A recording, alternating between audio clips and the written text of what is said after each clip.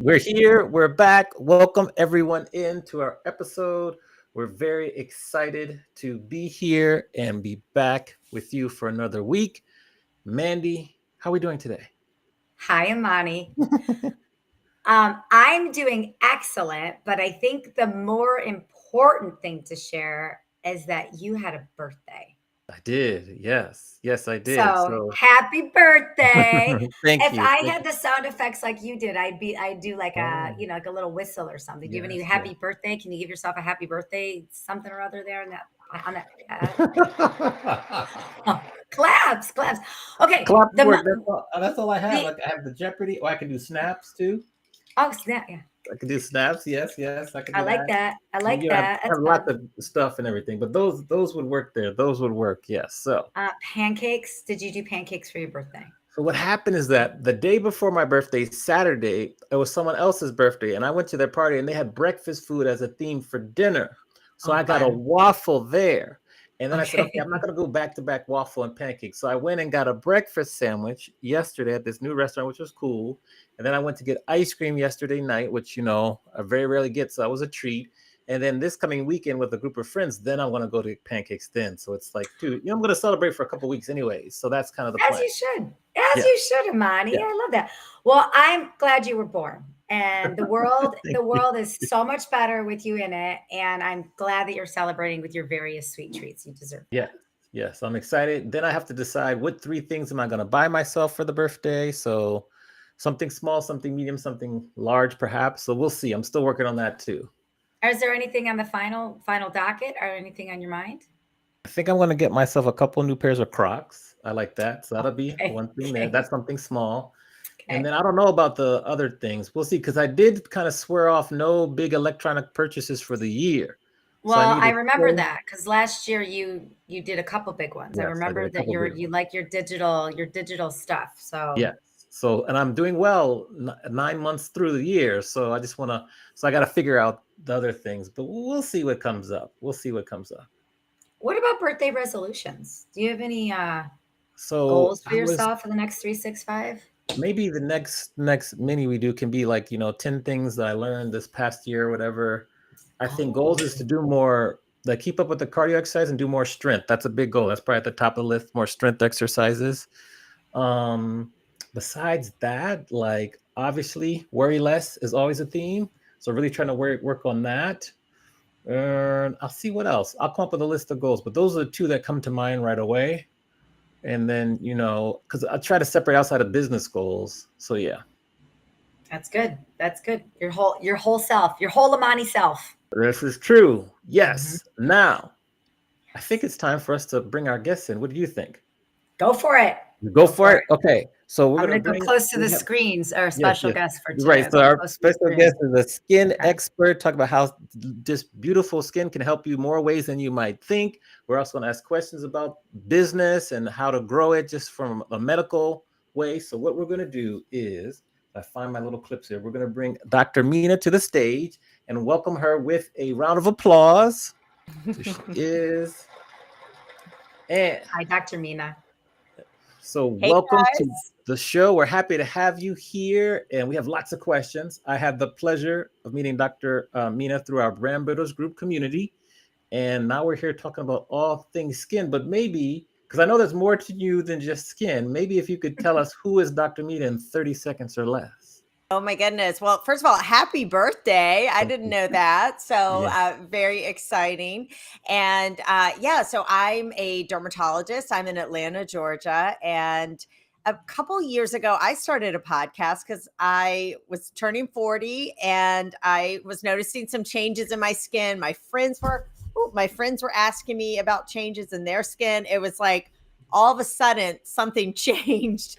And I realized when I went online, there was just a lot of really bad information out there. And I thought, where are all my dermatologists? Like, we need to be giving some good information. So I have been doing that. It's called the Skin Reel, and hopefully, it's educational for people. I know it's hard to get in to see a dermatologist. The visits are quick and rushed, and so hopefully, this is a way for people to educate themselves beyond just when they're at the clinic. Nice, nice. Now, what do you feel are maybe three of the most common myths about dermatology and skincare that you always have to address? Ooh, three of the biggest myths. Well, I feel like social media has a lot of good things that come of it, but it also just amplifies a lot of nonsense. And I have some tweens. And so I'm like, oh, wow, now we're doing our face in ice cold water.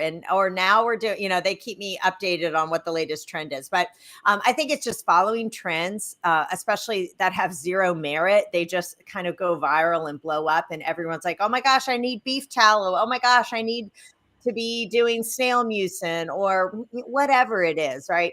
And I'm not saying all the trends don't work or they're bad. There is some validity to some of them, but it's just they're just amplified and maybe overpromised. So the Mm. trends is a big one. A lot of misinformation. There's a lot of distrust and there's this sort of like movement. I feel like for almost like anti-establishment, taking it back to how we used to live and natural and all of this, which I can get behind. I understand that sort of sentiment. Like sometimes the world just seems crazy, and if only we could go back to a simpler time. But and if we have to also remember back then we didn't have antibiotics, we didn't have vaccines, like people died early. People will say, how did they treat skin cancer back in the day? I'm like, people didn't live long enough to have them. Right. So Mhm. I think just combating misinformation or this sense like going back, being more natural, like that's automatically better and healthier. And just trying to balance those things. So I get where it's coming from, but it's not always the better choice. Understood. Mandy, where do you want to go from here? Because I know you have some questions. I do. Okay, Dr. Mina, you on your podcast and just in your practice, you talk about one of my favorite topics, perimenopause. So I have Yeah. questions about perimenopause and skin because I'm 50, just turned 50. I've been in perimenopause since I was 40, and I'm almost to my day of menopause, right? So Yeah. I am lucky. I haven't had skin issues. I've had every other perimenopause issue, but skin isn't one of them. But a lot of my girlfriends have like experienced all these weird things like acne that they didn't expect to have, or like really dry skin, or like weird twitches, or spots, just things that like itching, just things that they never had before. So, what should we know about perimenopause and skin? And I'm sure I'm going to have a couple of follow ups to Oh my this. gosh. I love that you asked this because yeah, I'm 45, right? So I am like um I feel like this is something that we're starting to finally hear about, but a lot of people don't know about it. We hear about menopause And people don't realize menopause is one day. It's One one day. day, right? We talk all about, are you in menopause? Are you, no, it's like, really the more correct terminology would be like perimenopause or postmenopause, right? Because That's those right. are the stages that you live in. And I get it. I actually feel like dermatologists, we need more education in this, because patients may come to us first, that where they're noticing, oh, my skin doesn't look good. I feel like my face just fell. My skin is crepey. I'm getting growing whiskers. Like I'm having to shave like my husband. and Mm-hmm. and they may not link that to perimenopause if their periods aren't super erratic and things like that. So a lot of work needs to be done. There's a huge stigma about it. I feel like even I'll still have patients, if I'm asking them about their periods or suggesting they might be nearing menopause, they get very offended because they think, oh, Mm. that means I'm like old. I need to be put out to pasture. Like I'm no longer vibrant. So I think we need to like do a lot of work reframing that. I feel like finally talking about it is helping. I never thought a couple years ago I'd be openly on live, streaming, talking about perimenopause, admitting that I too am getting older. But yeah, lots of stuff goes on. It's a confusing time because your hormones are all over the place and everyone has different symptoms. It's not like everyone gets the same. They experience it in different ways. They have different challenges. Some may have skin, some may have other issues. So it can be quite variable. But yes, I do feel like dermatologists are part of your should be part of your like core group of physicians who can help you through this period, because it can be very challenging and discouraging. And I feel like as women, we get really distraught. We feel like we're losing a part of ourselves rather than thinking about how we're actually see this as maybe an empowering time that we're coming into. Yeah, we're just hitting like phase two. We're just Right, growing into right, something. Yeah, we're growing right. into something. Version 2.0, that's all. That's right. Heck yes. Okay, so I have a question about that. So my husband and I have this joke. I have this like this crazy one hair that grows out of here. My husband calls it the Aunt Pam's because I used to have an Aunt Pam who literally had chin hair. Oh, And so yeah. he'd be like, "You got an Aunt Pam." So like that started probably around like 42, 43. So what are some of those symptoms that women can pay attention to, ask their dermatologist about, or do some at home stuff, or maybe some pre-care stuff that can protect them as they're going through those phases? Yeah. Well, I would say probably the first thing people, one of the big things people notice is their skin becomes more dry, and they also notice more fine lines and wrinkles. And the skin, if you like squeeze your skin, it's no longer like nice and supple. You get the like crinkling.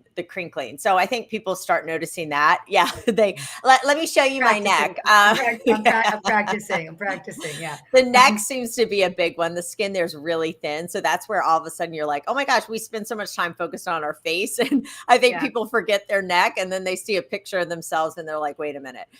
But what you're describing with the chin hairs or the Aunt Pam's, that's called hirsutism. And it's not uncommon, right? I mean, I think as women, we find that super embarrassing. Like we have to shave or pluck, but it's fairly common, and it's because of our imbalance in hormones, where our testosterone is relatively higher than our estrogen and progesterone, and that's why we get those. And some people are more androgen sensitive than others, and can get those. Same thing with like the peach fuzz on the face. So some women, they may not have those dark hairs, but they'll get that fuzz, that peach fuzz. Hard to put their makeup on. When the light hits it the right way, they look kind of fuzzy, and so they'll dermaplane their face. So that's all super common. But it's everyone wants to get to the root cause of everything. The root cause is your estrogen and hormones are all over the place. Some months high, some months low. Your relative testosterone can be high at times comparatively, and that's what's going on. So it's just this roller coaster ride.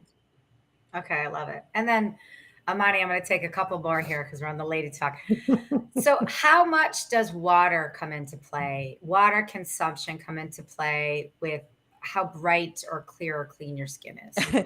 So water consumption is amazing. I recommend it, right? Mhm. It's most of our body is made out of water, but there's this misconception that if you drink enough water, your skin will be hydrated. You have to tackle it two ways. You've got to drink water so your body is not dehydrated, so that your skin looks healthy from that regard. Because if you're dehydrated, your skin is not going to be supple. But really, you need a moisturizer. So you do need to topically apply a moisturizer to lock in.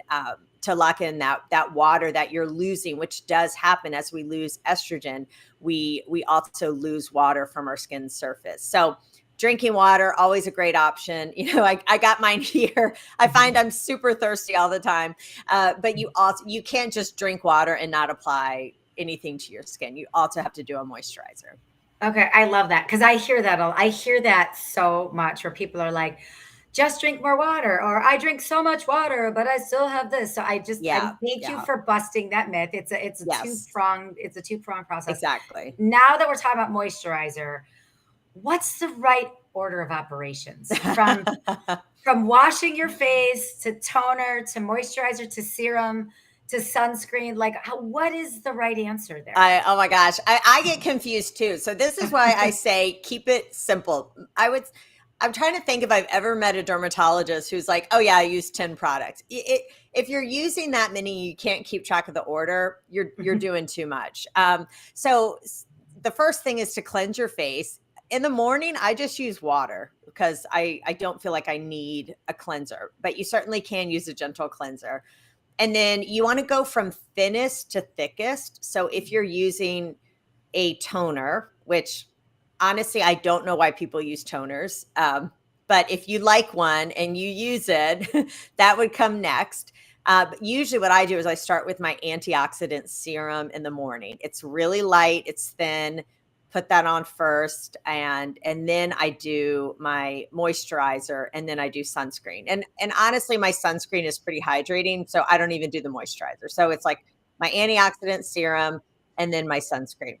If you have medication, like maybe your dermatologist gave you a steroid or something for rosacea, you do want to think of putting that closer to your skin than farther away. So then I would do my serum because it's the thinnest, and then I would put my medicated prescription creams on, and then always the last step should be sunscreen, really. Okay, Every thinnest to every thickest. yeah, thinnest to thickest. Yeah, it's funny. My son is 11. He gives me a lot of material, and he's really into his skin. And he was doing his beauty routine at night, and he put on like 8 different things. And I said, oh well, tell me what you put on. And he's like, I washed my face, I did this, I put Aquaphor on, then I did this, and I was like, stop. Like, if you put something thick like Aquaphor on, there's no point in doing anything on top of that. Nothing is getting through that. So you want to think about something really thick and kind of a protective barrier like Aquaphor or Vaseline. Like that goes on at the very, very, very end if you're going to do it. Got it. Pro tips. Love it. Thank you. Yeah. Okay. And really it should, you should be doing 3-4 things max. If you're doing more, see an expert who can help you pare it down. You don't need that many. What are some things that men miss when they're thinking about doing their skincare routine? So I think for a lot of guys, they don't even think they need one, or they will use one, maybe they just use like their shampoo to wash their face, or they use their bar soap to wash their hair. Like there are products that do all in one. And I'm not totally against that if your skin isn't irritated. But I think the first step is that skincare is healthcare, really. It's not just for women. It's not just beauty and aesthetics. It's actually keeping your skin healthy, right? It's skin health. So knowing that you do need to wash your face is number one. Using a cleanser. It could be the same cleanser you wash your whole body with. I don't have a separate one for my face. You don't have to have multiple products. I think that men don't really like that, having to have lots of different things. That you don't need moisturizer and sunscreen. I know. So for guys, if you're shaving, you have got to put like a moisturizer on after you shave. It doesn't have to be after shave. Sometimes that can burn. I know it kind of smells good, but really after you shave, you should be locking in the moisture with a moisturizer, hyaluronic acid, something like that that's hydrating, especially if you're prone to getting those little irritation bumps on the skin. And then sunscreen. I think a lot of men think, oh, I don't work outside, or if you have darker skin, I don't need to wear sunscreen, or I just need to wear sunscreen if I'm golfing. Um, and and so they won't wear it. So I think men just need to realize skincare, keep it really simple, keep it basic, but you should do a couple of things like moisturize, especially after you shave, wear sunscreen, and be sure to wash your face. Got it. And Okay. for God's Well, sakes, what wash your face, man. Like, Yes, yes, at a minimum, yeah, wash your face. yeah. So I want to kind of shift to the business because to talk about your business, I'm curious as to what has been the key for you to grow a successful practice when there's so much competition, both within dermatology, but then these influencers who think they're dermatologists. How have you still been able Right. to grow?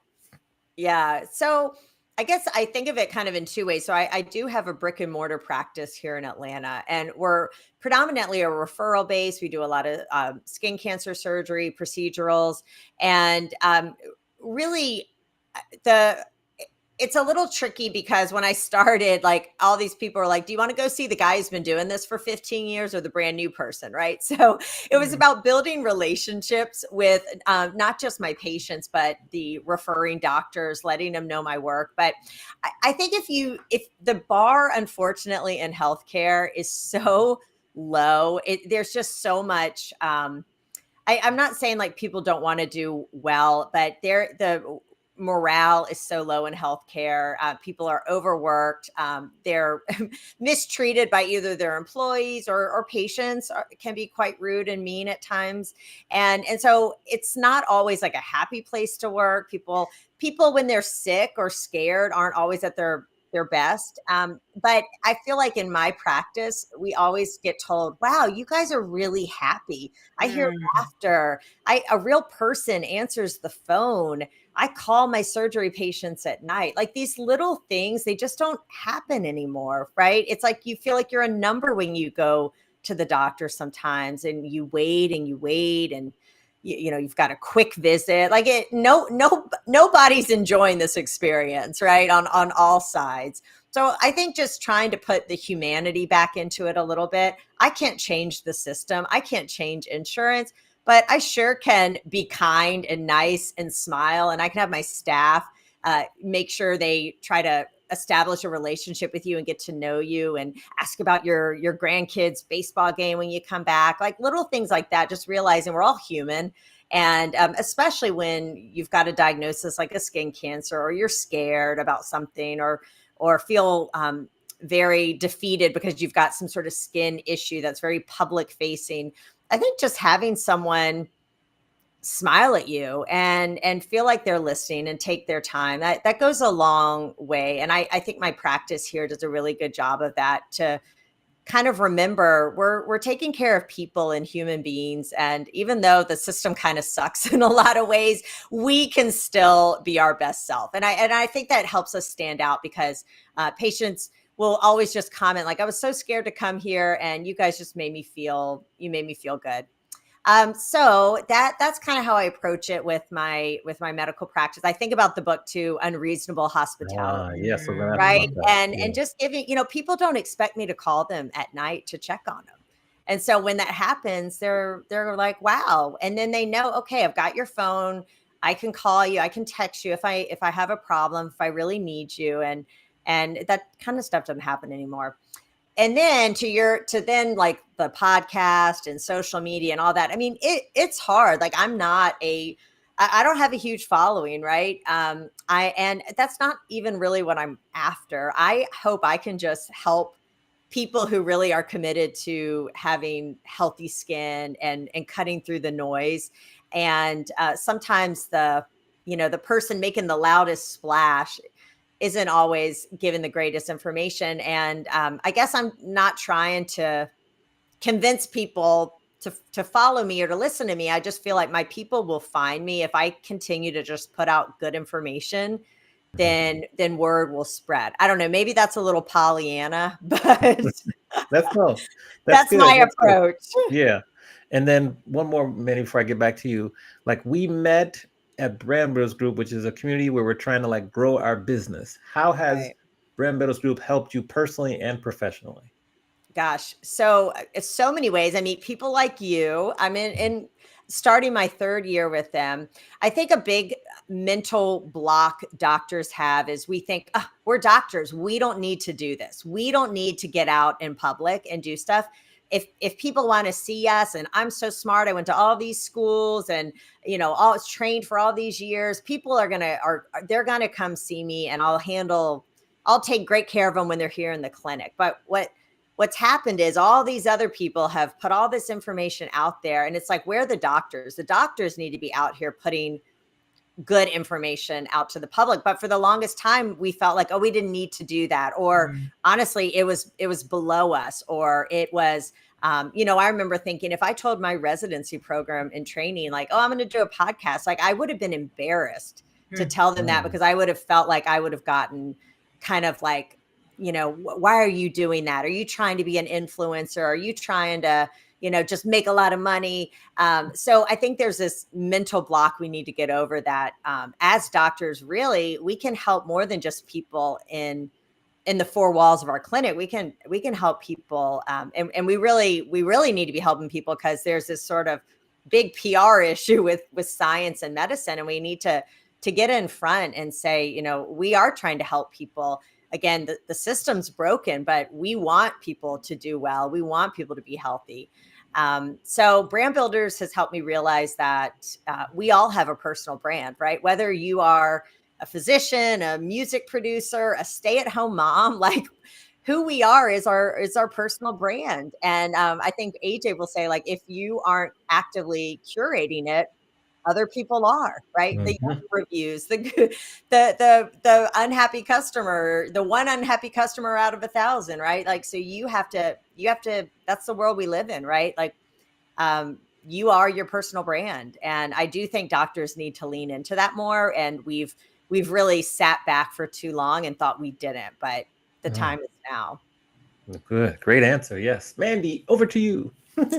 Well, I love this idea that you bring up as service as a differentiator. And and in my world, like my next book literally is called Building Your Best Business Bedside Manner. I am all about business bedside manner. And it was actually born out of a couple bad experiences at a doctor, just with a bad bedside manner. And I think what you're talking about transitions not just to the medical industry. I think Mhm. every industry could really benefit from really leveling up their service as a differentiator. So I'm curious, in your practice, you had listed two or three things that feel like, they're staples in your practice.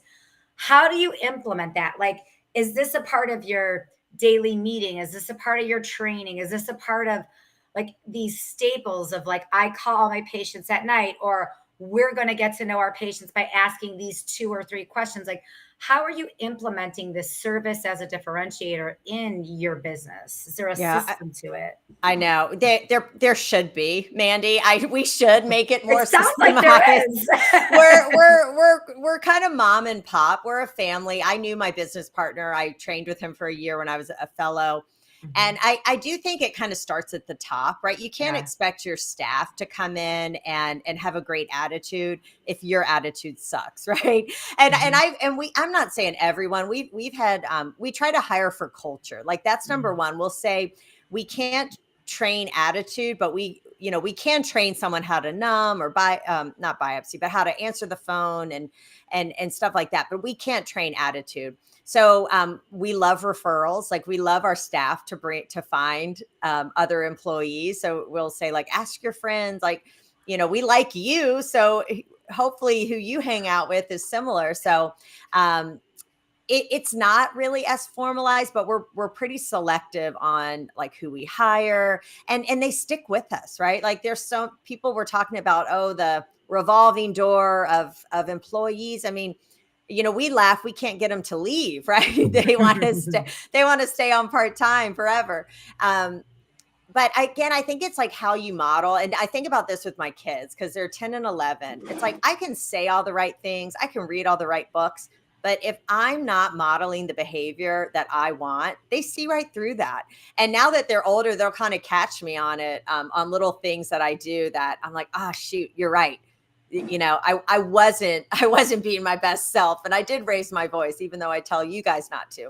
So I think it starts at the top, modeling the behavior you want, hiring the people who you feel like their attitude, it fits with the cultural vibe. And you're not always going to get it right, but what do they say? Like hire slow, fire fast, right? Hmm. Yeah, yeah, Yeah. yeah. Yeah, take your time. But yeah, I was just actually having dinner with friends, and we were talking about it's like you go to these places and you go to check out or whatever. It's like you're interfering with their time, right? People can't even look you in the eyes and smile or say, "Hey, how are you?" I think that especially in this world where so much of what we do is automated and we're at home, we're losing that human connection. So if you can really harness it in your business, people remember that. And that's what we try to do, right? It sounds like you're doing it though, and I would hang your hat on that because it's much more special than you probably realize. Like Hmm. your patients and your employees, obviously, they're in it with you for the long haul, and it could be just that little secret sauce. Okay, this Yeah. also, I've always been curious about this, especially in the medical profession. If you look at your pie chart, your business mix, I think some people think like, oh, it's just appointments and it's treatments. Like, what is that business mix? Is it medications? Is it surgeries? Is it appointments? Like, what does that look like? And if you don't have to share anything too proprietary, I'm just curious, like, what your top three revenue generators are in a business like yours. Yeah. So we mostly do, especially when I started, we were pretty much 90% what's called Mohs micrographic surgery, which is a technique to remove skin cancer, which unfortunately continues to exponentially rise. These are things like basal cell carcinomas, squamous cell carcinomas, and then melanomas. As we're living longer, we're spending more time outdoors. We're noticing these cancers develop after decades of UV exposure. So I would say that was the biggest. That was our biggest revenue generator in the practice. We've since kind of evolved to now do I joke that I'm Dr. Pimple Popper ATL, and actually saw her at a My husband's gonna conference. love you. I saw her at a conference and I said, please don't have your lawyer send me a cease and desist letter. Just send me a text and I'll stop. But we do a lot of cysts, a lot of lipomas. People think, oh, I have to go to a hospital. I have to be put under general anesthesia to have this done. And that's not the case. Not every dermatologist wants to do these larger surgeries, but my partner and I really love it. And so that's become a big part of what we do as well. And then my patients, there a lot of them are aging with me. I'm aging, and so I've definitely taken an interest in sort of longevity, regeneration. I want to be the best version of myself. I don't want to look like I'm not myself or I'm 18, but I want to have the healthiest skin possible. So aesthetics, doing aesthetics, doing them. And I think people get scared because they see really bad aesthetics and they think, oh, I don't want to look like that. But it can be done in a way that helps the skin heal, gets rid of like pre-cancers, things like that. So that's also become a big part of what I do as well. And I think people gravitate to see me because they see that I have a very natural approach to my work. And so I get the people who also want that look. I'm not getting the Kim Kardashian proteges, right? I'm getting people who have a different look, which is fine. There's someone for everyone. Yeah, yeah, I love that. I think there's so much we don't know about the medical profession. I'm always fascinated about that piece of it. Like, how do you make your money? What is it? How is it more people in or out? So that is super helpful. I am curious about trends. We talked about like TikTok trends and stuff like that, but how have you seen people caring for their skin change Mm. over the last 10 years or so? Well, I guess I'll thank. Remember the Golden Girls? Remember Yeah, how yeah. they looked? And then someone did a picture. I was at a talk where I guess the Golden Girls really weren't that old No, when they were they in their did the 50s. right. Yes, They they were were in their so 50s. young. So they did Yes. a picture of the Golden Girls, and then they did a picture of the Sex and the City stars when they did their like redo movie. And they were like, these people are the same age, right? Yes. Like Mm. it blows my mind. We're aging and we're trying to age so much better, right? And 50 today is not the 50 of our parents' day or grandparents, right? I'll see, like, I just had a gentleman the other day, 95, and in my head he was like 70 at the most, and then Mm. I'm typing his note at the end of the day, I'm like, you know, he's 95. So I think we're learning so much more about how people age. It's not just your age isn't just a number, right? It's not just your chronological age. It's genetic factors. It's epigenetic factors. Really, it's how you're living your life that impacts how you age. Are you moving? Are you getting exercise? Do you smoke? Are you tanning? Are you drinking a lot? Like all these things make an impact. And now, people don't think, oh, 65, you're going to just go to the retirement home and like, waste away there, right? Like 65, people are like, heck yeah, I'm going to go climb this mountain and everything. So I just think there's a much more um, vigorous interest in lifespan and health span. Well, I'm sorry, health span over just living a longer time. And I just think that picture of like the Sex and the City stars and the Golden Girls, like how different 50 is between a Yeah. few decades. Yeah. And that Yeah. I was watched the Emmys yesterday. Uh-huh. Yesterday was 25 years since, or no, was it 50? No, it was 25 years since Golden Girls premiered. And Mm. it was like, Wow. that's just 25 years is a short period of time I mean, to to see me, how we age that's differently, right? Like it's such a short period of time. Yeah. yeah, Interesting. it's Well, amazing. we've kind of come to the point in the show where we flip the script and we let you ask both myself and Mandy a question. There's no question that is off limits. So, who do you want to ask a question to first, and what is said question? Ooh, I don't want to be the person who now makes you change, where you're like, not every question is appropriate. Oh, Yeah, do that. Oh, do that. Do I how do that. you guys know each other? How do you two know each other? Oh, okay. Well, this is we answer this one frequently, so we're going to give you a bonus after this one. I love how Okay, okay. Mandy tells the story, so I always defer to Mandy to tell the story. Well, Amani and I volunteer for a trade organization together. Amani was the president of this organization. I was just a volunteer. And we were on a committee for a conference, and people were talking about how to get more attendees. And I had just been interviewed on a LinkedIn Live a couple weeks prior. And I was like, why don't we just do a LinkedIn Live? It's easy, it's 10 minutes. And they were like, great idea, Mandy. Go for it. As they do, right? It's like your idea, and then you're the one that has to do it. Exactly. And I had never done, I had been interviewed on, my book had just come out. So I was literally in the middle of like a podcast tour, but I had never done my own. I had no idea where to start. And Amani had his own podcast. So he's like, I'll do it. And he was a live streamer on Twitch at that time. So he insisted that this podcast be live. And I was so nervous about that. But anyways, at the time, we started these 10-minute LinkedIn lives to promote registration for this conference. And Okay. we did it for 6 weeks leading up to it. And we had so much fun together that after we were like, how can we continue to work together? And that's when this podcast was born. And that's when Amani insisted we do it live, which was stressful, but we do it. That's fine now.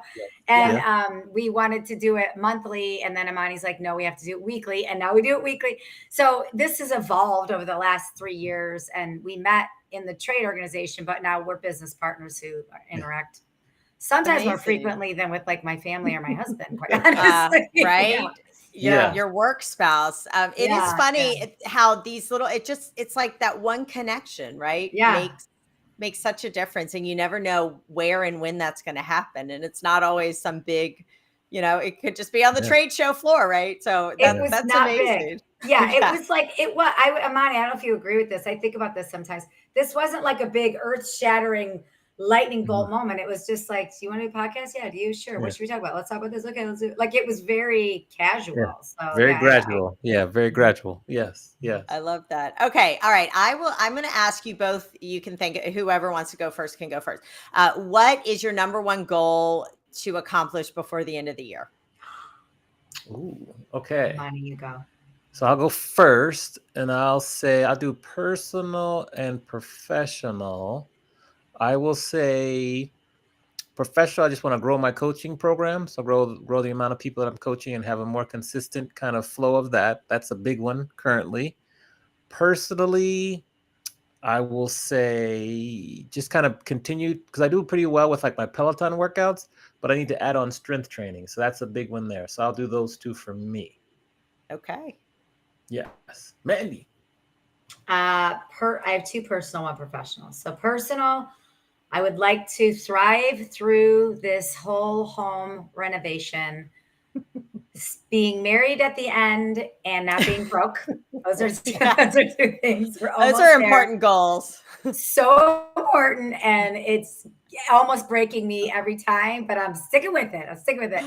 And the second thing is I've been really into strength training the last 2 years, and chin ups are a thing for me right now. So I'm just Oh, trying to master chin ups, and I'm doing assisted chin ups and pull yeah. ups right now. It started with 3 bands, Yeah. now it's two.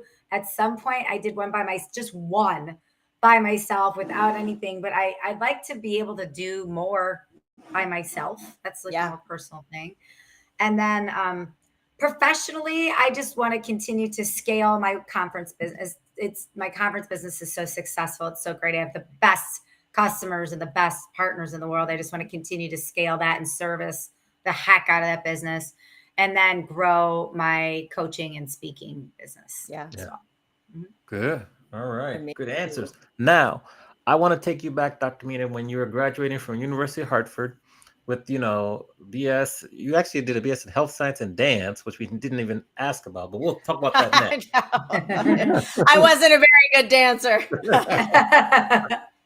But if you were to meet that version of Dr. Mina, what advice would you give your younger self based on your life's experiences so far? Oh my gosh. So I feel like that was just the other day, but it was about 25 years ago. And yeah, so I just quickly, like, I thought I was going to be a dancer, ballet dancer. Like, that was, I didn't even like apply to traditional colleges for that. I was going to dance. And then 3 years in, I got injured and I kind of realized like, I love it, but I wasn't going to be like the prima ballerina at an amazing company. And I needed to maybe look at something else to do something else. But my identity was being a dancer. Like it was so hard to think about myself not being Mary Alice the dancer, right? And then I kind of pivoted to medicine where it's like medicine also you get really in wrapped up in that identity too. But anyways, I would have told myself, I would say congratulations because I took a huge leap to go from dance. And then I told my family I'm going to go to medical school. And I didn't even really know how you did that. But I was like, I bought a book and I was like, well, these are the steps and I can follow steps and make it happen. So I think I had courage to do something totally random and off base and totally not what was in my trajectory. And I would just tell her to like keep going and not to be afraid. And I would say because I think I tend to do things. I'm not fearless, but I'm not afraid to take risks. But what I do have a problem with is I think, oh, I'm going to work really hard now, and then once I reach X, then I can take a break. Then I can spend time with my family. Then I can take care of my health, right? And you know what's going to happen, right? That once I get to med school, then I'll take care of my health. Or once I get to residency, then I'll find a spouse. Or once I get to fellowship, then I'll focus on my marriage, right? There's always something. And I think I just need to at times not worry about doing and achieving and I would just tell her to like enjoy the journey and not always be counting a life will be better when I get to Mm, this because there's always something else and I just need to enjoy the journey, enjoy the ride. That's what I'm trying to do now, right? I feel like I have lots going on and I'm so excited for all these projects, but I also just need to live in the moment and just kind of enjoy the journey. So that's what I would tell her. great advice. Great advice. Good Over to you, advice. Manny, to close us out. Yeah, I have two final questions unrelated to each other, so buckle up. The first question is, you mentioned you are modeling behavior, whether that's in your business or for your kids. If you were to model behavior or just give advice to other medical professionals, other people with their own private practice like you, what are two pieces of wisdom that you want to impart on them? So I would say I get two things. I would say focus on mindset. It's really easy to get negative, to get down, to get frustrated, to get bitter and like resentful. When I love taking care of patients. What I don't love is a lot of the like bureaucracy and things that are out of my control. But to focus on, well, I can't change that, but I can change how I act and how I respond. And I still love seeing patients and take care of patients. So letting that sort of be helping me remember that's why I'm doing this and to change the things I can. Um, so and to I would say find your peers, find your network. A lot of times, if you're a solo practitioner or just work with one person, it can be kind of isolating, and you don't have your you may have online friends and things like that, but like um, find your group of people. Like I found this group of physician entrepreneurs and they inspire me unbelievably. Like anytime I'm like, oh, I couldn't possibly do that. And then I see, oh my gosh, they're doing all these things. Like they're not letting limitations stop them. So I think really everyone, like find your people. There's someone for everyone. Find the people who inspire you, they encourage you, they motivate you, and to focus on your mindset because it's easy to get negative, it's easy to get down, and then I think bad habits start to happen, and it spills into your personal life and all that. So I think it's just important to remember those things and yeah, find that's helped me immensely is just having my people that I can go to and just working on the things I can change. That's beautiful. That's beautiful. Well, how you've given us an hour here. This went by so fast. And Is it I really already? it's already so and I've learned so much. I can't wait to re-listen to like write down some things. How can we support you? How can we lift you up? What do you got cooking in the hopper? What should we follow you? Like what can we do to lift you up?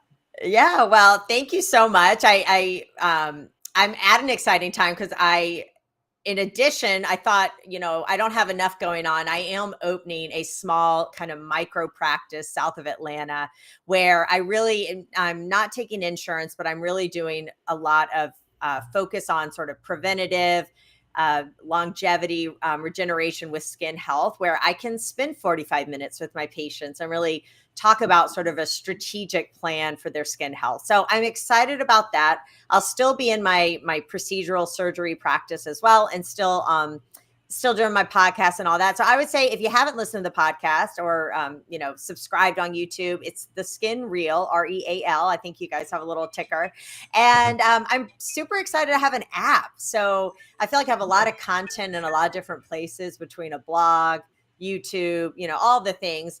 And so I have an app where I just put it all together, and I'll probably have some like special podcasts and things like that on it. So you can get it wherever you get your apps, and it's also called the Skin Reel. That's Nice. awesome. I didn't realize you had an app. I'm gonna check that out. That's Yeah, amazing. I love that. Did That's did great. did Viden help you make the app? they did, and so I'm gonna have a subscription coming out soon with a little extra, but there's tons of free stuff in there as well. And yeah, Biden did it. I had yeah, they've been great to work with. So shout Nice. out to Biden. Okay, cool. Well, we appreciate the time you spent, all the tips, the wisdom, the expertise. We got to rewatch this, get our skincare routines in check. So we just thank you very much. We're gonna put you back in the green room really quickly, give you a round of applause, but just thanks for being a really, really wonderful guest. And this is a applause for Dr. Mina right here. Woo, thank you guys. Thank Awesome. you. Yes. Amani, thin to thick. Thin to Thin to thick. thick. Okay. Yes. Serum to moisturizer. That's a Uh, big takeaway for me. Yeah. duly noted. Yes. Yes. So Hmm. another great episode in the Yeah. books. Mandy, who do we have to look forward to next week? We have a time management and productivity expert, Allegra Ramos, Okay. on next week. Yes. All right.